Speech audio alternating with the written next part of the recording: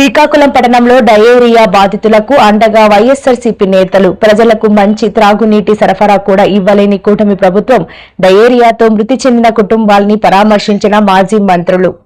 ఇదే పట్టణంలో బలగ ప్రాంతంలో జరిగింది. జరిగితే ఆ ప్రాంతంలో ఏం చేస్తారంటే వీళ్ళు మీరు ఎక్కడ పోతే అక్కడ పొండి. ఈవేళ కూడా ఇదే ప్రాంతంలో 100 మంది సుమారుగా డయేరియా ఎఫెక్టెడ్ పీపుల్ ఉంటే, పేషెంట్స్ ఉంటే ఎక్కడెక్కడ ప్రైవేట్ హాస్పిటల్లో అక్కడక్కడ చేర్పించారు. ఎవడి బాధలు ఆడు పడ్డమే. కానీ ఆడి డోరుకు మాత్రం మంచి ప్రభుత్వం అని ఒక స్టిక్కర్ అంటించడానికి మాత్రం ఎవరైనా పంపిస్తారు. ఇవాళ 3-4 చనిపోతే వాళ్ళ ఆలోచన ఏంటంటే ఒక్కడు చనిపోయాడు, మిగతా వాళ్ళందరూ వేరే కారణాల వల్ల చనిపోయారని చెప్తూ ఉన్నారు ప్రభుత్వం సైడ్ నుంచి. కానీ ఆ ఇంట్లో చనిపోయినటువంటి భార్యని అడిగితే చెప్తుంది గడిచిన 3 రోజులుగా వాంతులు విరోచనాలతో గడప దాటితేనే చనిపోయినాడనేటువంటి మాట చెప్తుంటే మరి మన ప్రభుత్వ యంత్రాంగానికి మీరు ఏం ఆదేశాలు ఇచ్చారో పోస్ట్ మార్టంకి చేస్తారట. 100 మంది డయేరియాలో ఈ ప్రాంతంలో హాస్పిటల్లో ఉంటే చనిపోయిన 4 కేసులు ఇప్పటిదాకా రిపోర్ట్ అయితే వాళ్ళ ఇంటంతా వీధులన్నీ ఊరంతా విరోచనాలతో వాంతులతో చనిపోయాడు అంటుంటే పోస్ట్ మార్టం రిపోర్ట్ మీరు ఏం చెప్తే అది రాస్తారు డాక్టర్. ఏం పోస్ట్ మార్టం రిపోర్ట్ వస్తుందో మాకు కూడా తెలుసు. ఎంత దిగజారిపోయిందో ప్రభుత్వం చూడండి. అంటే ఏంటి, ఇంతమంది చనిపోయారన్నటువంటి వార్తని ప్రజలకు తెలియకుండా ఉంచుదామన్న తాపత్రయమే కానీ ఆ కుటుంబాలను ఆదుకుందాం, మునుముందు ఇలాంటి ప్రమాదాలు జరగకుండా చూద్దాం, ఇది మన రెస్పాన్సిబిలిటీ అనేటువంటి బాధ్యత ఈ ప్రభుత్వానికి లేకపోవడమే. ఇవాళ మీరు ప్రత్యక్ష సాక్ష్యాలు మీరు అన్ని కెమెరాలు అక్కడే వాళ్ళ అభిప్రాయాలను విన్నారు. ఈ ప్రభుత్వం పూర్తిగా బాధ్యత లేకుండా వ్యవహరిస్తుంది. ఎంతసేపు రాజధాని అనే పేరుతో డబ్బంతా అక్కడ పెట్టి మిగతా రాష్ట్రాన్నంతా నిర్లక్ష్యం చేసే పని చేస్తూ అన్ని రంగాల్ని వదిలేసి, మీరు నమ్మరు, గవర్నమెంట్ హాస్పిటల్ పెద్ద హాస్పిటల్కి శ్రీకాకుళం పోతే మందు బిల్ల లేదు, మందు బిల్ల ఇచ్చే దిక్కు లేదు అక్కడ. ఇదేమో హాస్పిటల్, ఒక పెద్ద మెడికల్ కాలేజ్, సూపర్ స్పెషాలిటీ, కానీ మంచి ప్రభుత్వం స్టిక్కర్ మాత్రం వచ్చేస్తుంది, అక్కడెక్కడ గోడ కంటించేస్తారు.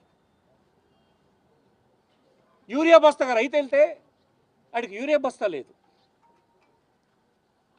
ఇంగ్లీష్ మీడియం చదువుకుంటానంటే ఆ పిల్లడికి చదువు లేదు. పేషెంట్ని చేరుద్దామంటే పనిచేసే ప్రభుత్వ ఆసుపత్రి లేదు. ఏంటిది, ఎటు తీసుకెళ్తున్నారు మీరు?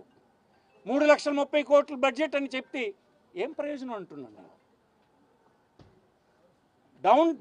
డౌన్లో ఉన్నటువంటి అత్యంత ఎకనామికల్లీ బ్యాక్వర్డ్ క్లాసెస్కి, వెనుకబడిన వర్గాలకి, షెడ్యూల్ ట్రైబ్ గోలుమని ఏడుస్తూ ఉన్నారు ఈనాడు.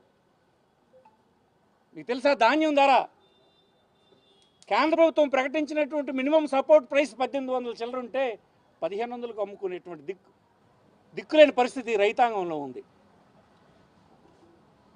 ధాన్యం పట్టాల్సినటువంటి బరువు 2 కేజీలు ఎక్స్ట్రా దూసుకుంటే అడిగిన నాదుడే లేడు.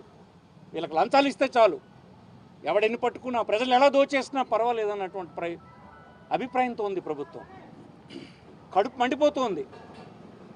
చనిపోయినటువంటి వారికి, బాధితులకి సరైనటువంటి న్యాయం చేయాలని ప్రభుత్వాన్ని మేము డిమాండ్ చేస్తున్నాం.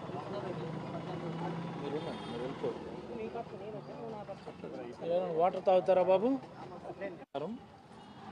నేడు శ్రీకాకుళం జిల్లా శ్రీకాకుళం కార్పొరేషన్ పరిధిలో జరిగినటువంటి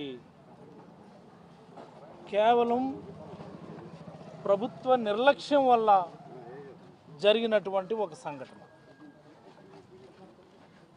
డయేరియల్ డిసీజెస్ వచ్చి 4 చనిపోవడం, ప్రభుత్వ నిర్లక్ష్యం కొట్టొచ్చినట్టు కనపడ్డం. మరి ఈ సందర్భంగా వైఎస్ఆర్ కాంగ్రెస్ పార్టీ అధ్యక్షులు మాజీ ముఖ్యమంత్రి వర్యులు శ్రీ వైఎస్ జగన్మోహన్ రెడ్డి గారి ఆదేశాల మేరకు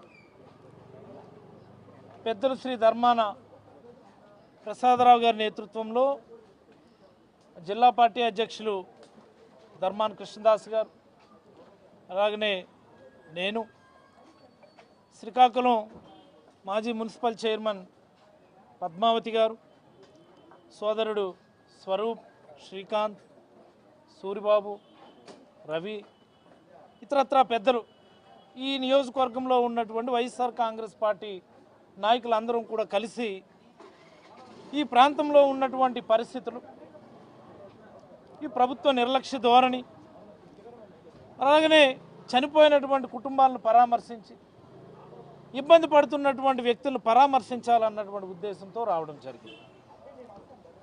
మాతో పాటుగానే మీరు అందరూ కూడా వచ్చారు వీధుల్లోకి. మనం అక్కడ ఒక వెరీ కాన్స్పిక్యువస్ ఒక సంఘటన మా అందరికీ ఎదురైంది. ఒక ఆవిడ పరిగెత్తుకొని వచ్చి, బాబు ఇక్కడ శానిటేషన్ చేయలేదు, ఇంకా ఎప్పుడు చేస్తారు అని ఒక ఆవిడ అడిగింది. మీరు అందరూ కూడా చూశారు. వెంటనే మేము మమ్మల్ని మీరు ప్రతిపక్షంలో కూర్చోమని చెప్పారు, మేము ప్రతిపక్షంలో ఉన్నాము అనగానే వెంటనే ఆవిడ అన్న మాట, ఆ గొలిగేలా రాలేదేటి ఇంకా అనుకున్నాను. అది ఆవిడ విన్నారు కదా మీరంతా. ఏరాలు ఓట్లు వేయించుకొని ఇంతవరకు ఎవరైనా వీధుల్లోకి వచ్చారా అని ఆ తెలుగుదేశం కూటమి నాయకులను ఉద్దేశించి ఒక మహిళ మాట్లాడడం కూడా మన అందరం చూసాము. ఈ మాట ఎందుకు చెప్తున్నానంటే, ఇక్కడ ఇంత తంతు జరుగుతుంటే 23వ తేదీన మధ్యాహ్నం వెలువడేటువంటి